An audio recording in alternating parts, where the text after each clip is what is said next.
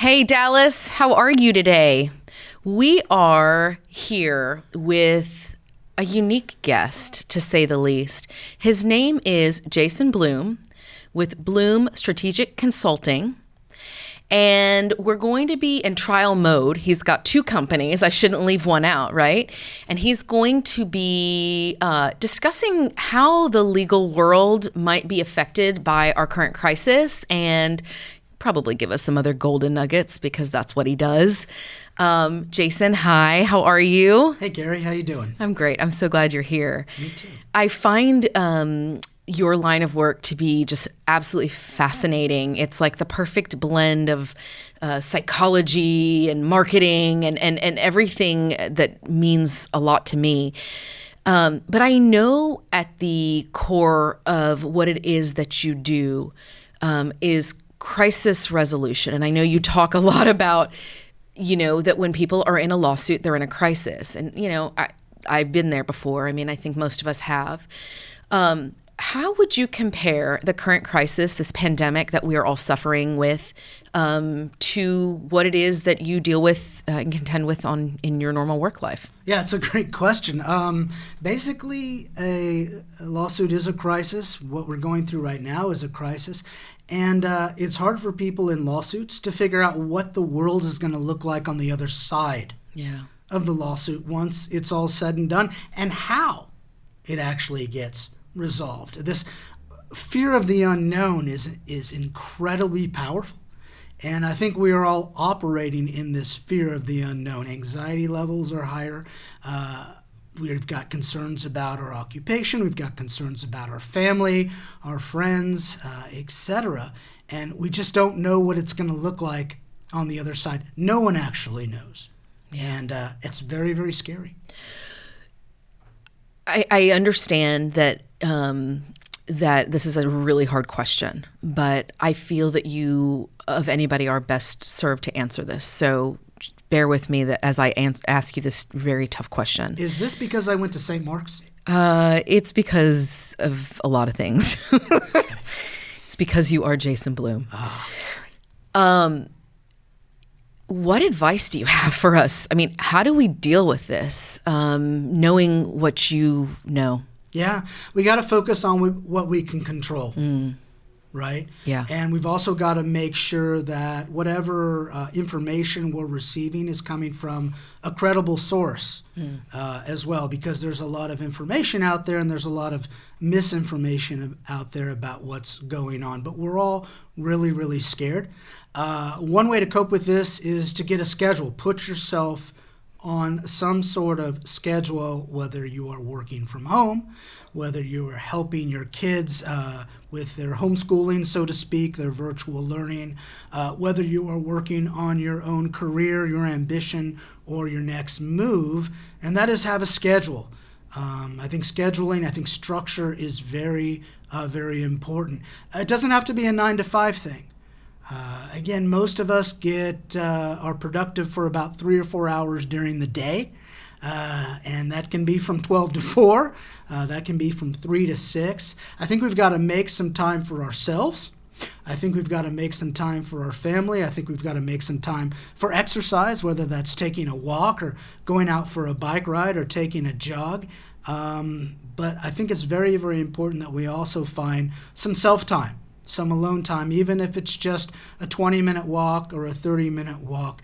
While we are all very, very scared, this is also an opportunity, right? And it just depends on how we see the world.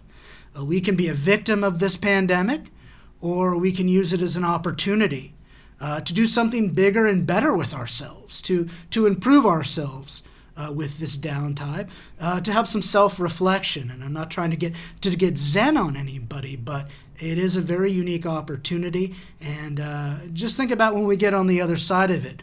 We hope we don't say to ourselves, look, I wish over the last 5 weeks, 6 weeks, 7 weeks, whatever it might be, I wish I had done this. I wish I had spent more time with my family, because we have this opportunity right now to do something unique and do something different. I'm very glad I asked you that question, because that was the most well-rounded, beautiful answer.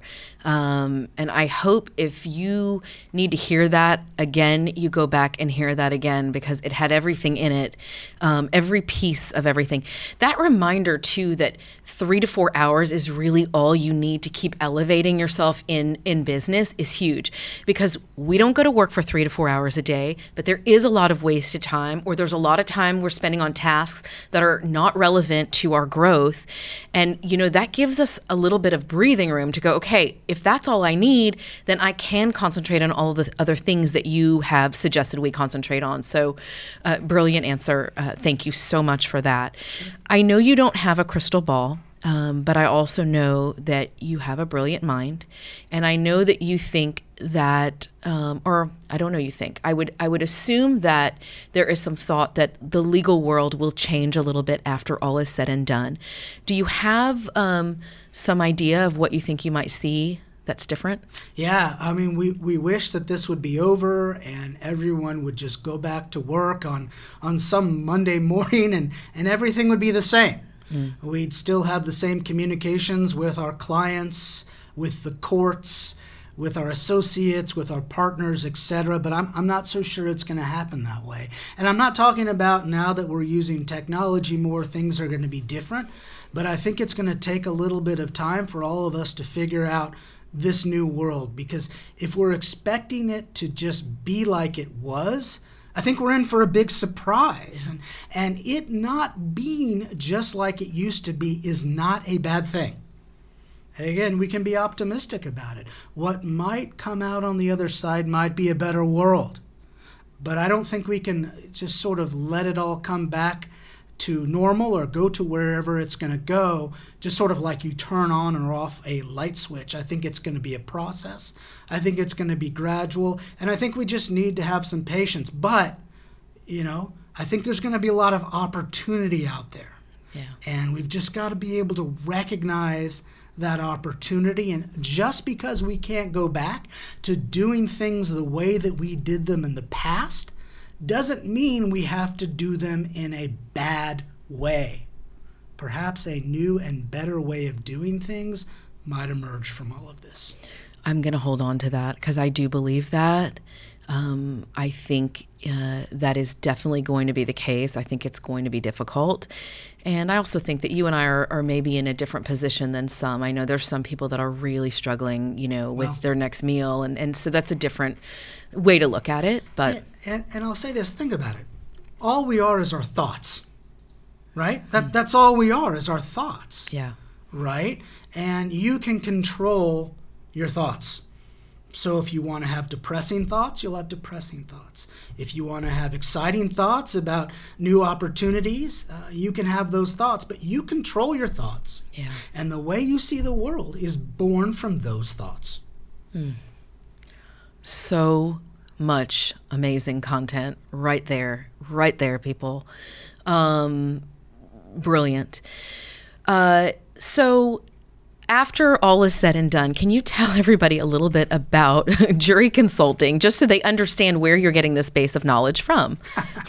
Because we skipped over all that, folks, and we just got right into the goods. So tell them a little bit about what you do. Yeah, so I do jury consulting. Not a lot of people know what that is, but actually my job is to help clients who are lawyers, or in-house counsel, or parties to litigation, a plaintiff or a defendant, try to figure out, can we win this lawsuit? How do we win this lawsuit? If we're not going to win this lawsuit, how much exposure do I have in terms of monetary damages? Most of my work is on the civil side, although I do some work in the white collar as well, crime, as well as the violent crime. But I really just do three things. The first is the mock jury studies. So these are focus groups born from market research methods. But instead of trying to figure out, do you like this soda or this soda better, or do you like this cookie or this cookie better, you try to figure out, do you like the plaintiff's case or the defendant's case better, and why? And you can then teach your client, how do you sell your case to a jury, to a voter, to a decision maker? Or can you actually sell the case? And if you can't sell the case to these people, if no one's going to buy it, let's go out and settle it. right? The second thing I do is witness communications training. So I've created 2 classes. One's called Depo Ready, one's called Jury Ready, and each of them teaches the novice witness, which is not a bad thing, the individual who's just doing their job and then all of a sudden has to go testify, how to effectively communicate. Transitioning from telling the truth, which is what we all want to do, to telling the truth effectively in a particular arena or forum, either a deposition or a courtroom. And the third thing I do is helping with jury selection. So whichever side hires me, usually I'm on the defense side in a civil case. They'll bring me in and they'll say, okay, Jason, help us figure out who's going to be a good juror, who's going to be a bad juror. At the time of jury selection, when the trial kicks off, you help us pick this jury. You help us figure out who we need to remove to give us the best chance to have a success story that is a favorable verdict. And that's all I really do is those 3 things between just general strategizing about cases. And what I bring to the table is nearly 25 years of insight and experience about how people and how juries go about making decisions, which is not something that's learned in law school. It's something that's learned by studying it and by watching it in mock jury studies and by learning about it in post-trial interviews and just being around it for such a long time. There is nobody like Jason Bloom. I know. Carrie, flattery is going to get you very far. Flattery will get you very far. I've studied that for so long. Am I really good at it now? Flattery? Yeah. I think I'm the best at that. I know people are going to want to reach out to you. In all seriousness, I really, really do believe that you have so much to offer.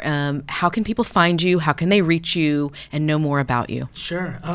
My website, www.bloom, it's BLOOM, bloomstrategy.com. I'm also on LinkedIn. But feel free to reach out to me, send me an email. My email address is jbloom@bloomstrategy.com. I'd love to hear from you. I'd love to learn more about your case, and I'd love to just figure out if it's a good fit and if I can help you in your next success story. Yeah, there's so much more behind everything than what it appears. And that's what I hear right now is, you get up there, you're a witness, you're nervous. You need practice. Jurors they're not all equal. And everything in a case needs practice just like everything else in life does. And so what I hear is that you are giving people all the strategy, all the proper practice that they can have to be in the best position and ultimately win. But the nice thing is it's not based on hunches. Right. It's not guesswork. It's 25 years of doing nothing but studying this absolutely nonstop. And what we learn, our fallacy is that everyone around us can see the world the same way that we do. Yeah. And it's not true. People make decisions based on their perception of their facts, and they create their own reality. People create their own reality. And I've learned there's a gap the size of the ocean between what lawyers and witnesses want to tell the decision maker, want to tell the voter, want to tell the juror, and what the juror, the decision maker, the audience actually wants to know from them.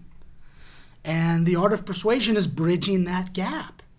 And it's predictable in nature. If you want to know it, you can find it. I love that. All right. Well, thank you so much for joining us, Jason. It was an absolute pleasure.